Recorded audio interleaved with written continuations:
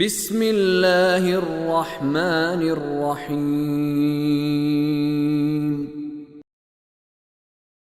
فإن عثر على أنهما استحقا إثما فآخران يقومان مقامهما من الذين استحق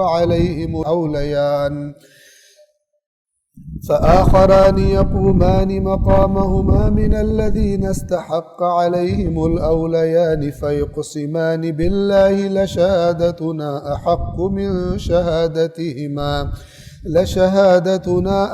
من شهادتهما وما اعتدينا إنا إذا لمن الظالمين ذلك أدنى أن يأتوا بالشهادة على وجهها أو يخافوا أن ترد أيمان بعد أيمانهم واتقوا الله واسمعوا والله لا يهدي القوم الفاسقين.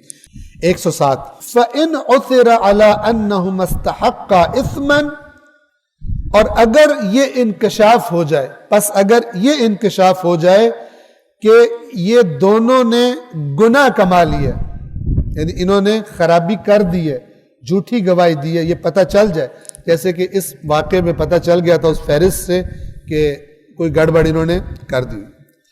فَآخَرَانِ يَقُومَانِ مَقَامَهُمَا، تو پھر دو اور لوگ ان کی جگہ کھڑے کیے جائیں گے، یعنی وہ قسم اٹھائیں گے. وہ دو لوگ کون ہوں گے؟ من الذین استحق علیہم الاولیان، یہ ان لوگوں میں سے ہوں گے کہ جو مرنے والے کے قریب تر تھے، یعنی گویا اس کے ورثاء. ان کو کھڑا کیا جائے گا کہ وہ گواہی دیں، وہ قسم اٹھائیں، اور وہ کیا کریں گے؟ فیقسمان باللہ، اور وہ دونوں پھر اللہ کی قسم اٹھائیں گے. کیا کہیں گے؟ لشہادتنا احق من شہادتہما، ہماری گواہی برحق ہے ان کے مقابلے میں. یہ جو انہوں نے پہلے گواہی دی ہے، ان دونوں کے مقابلے میں ہماری گواہی جو ہے احق، یعنی زیادہ حق پر ہے. وما اعتدینا، اور ہم نے کوئی تجاوز نہیں کیا، ہم نے کوئی حد کراس نہیں کی، لیمٹس کراس نہیں کی اس گواہی میں.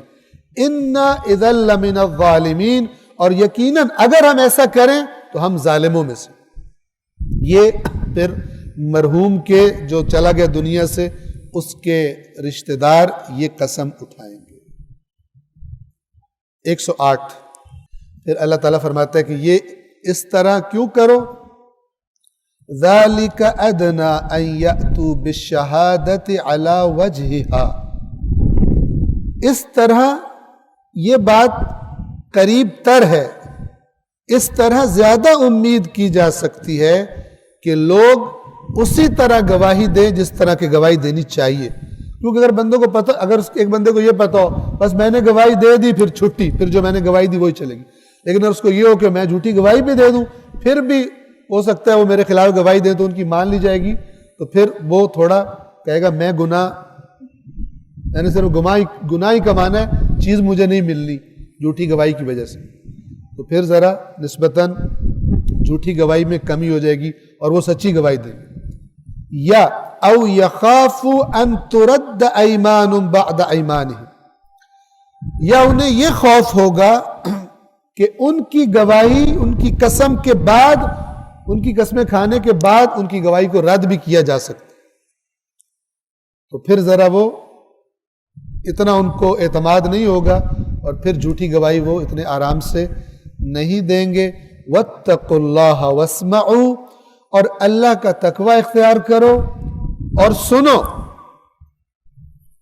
یہ ہم نے پہلے بھی عرض کیا کہ یہ جو کہا جاتا ہے سنو، اس کا مطلب کیا ہوتا ہے؟ یعنی سنو اور مانو. اس کی سمپل مثال ہم دیتے بھی کہ آپ بیٹھے ہوئے ہیں، پڑھ رہے ہیں، اور کوئی بچہ جو ہے وہ ایسی چیز کر رہے ہیں، آپ ڈسٹرب ہوتے ہیں اس سے بار بار، آپ کہتے ہیں کہ نہ کرو، آواز آف کر دو اس گیم کی یا اس چیز کی، ٹی وی کی آواز آف کر دو. آپ دیکھتے ہیں کہ آپ پھر پڑھائی میں چلے گئے، پھر آواز آئی تو آپ دوسری دفعہ کیا کہیں گے؟ سنا نہیں ہے. یہ سنا نہیں، آپ کو بھی پتا ہے کہ سن لیا اس نے، اس کو بھی پتا ہے میں نے سن لیا. یہ سنو یعنی مانو، واسمعوا یعنی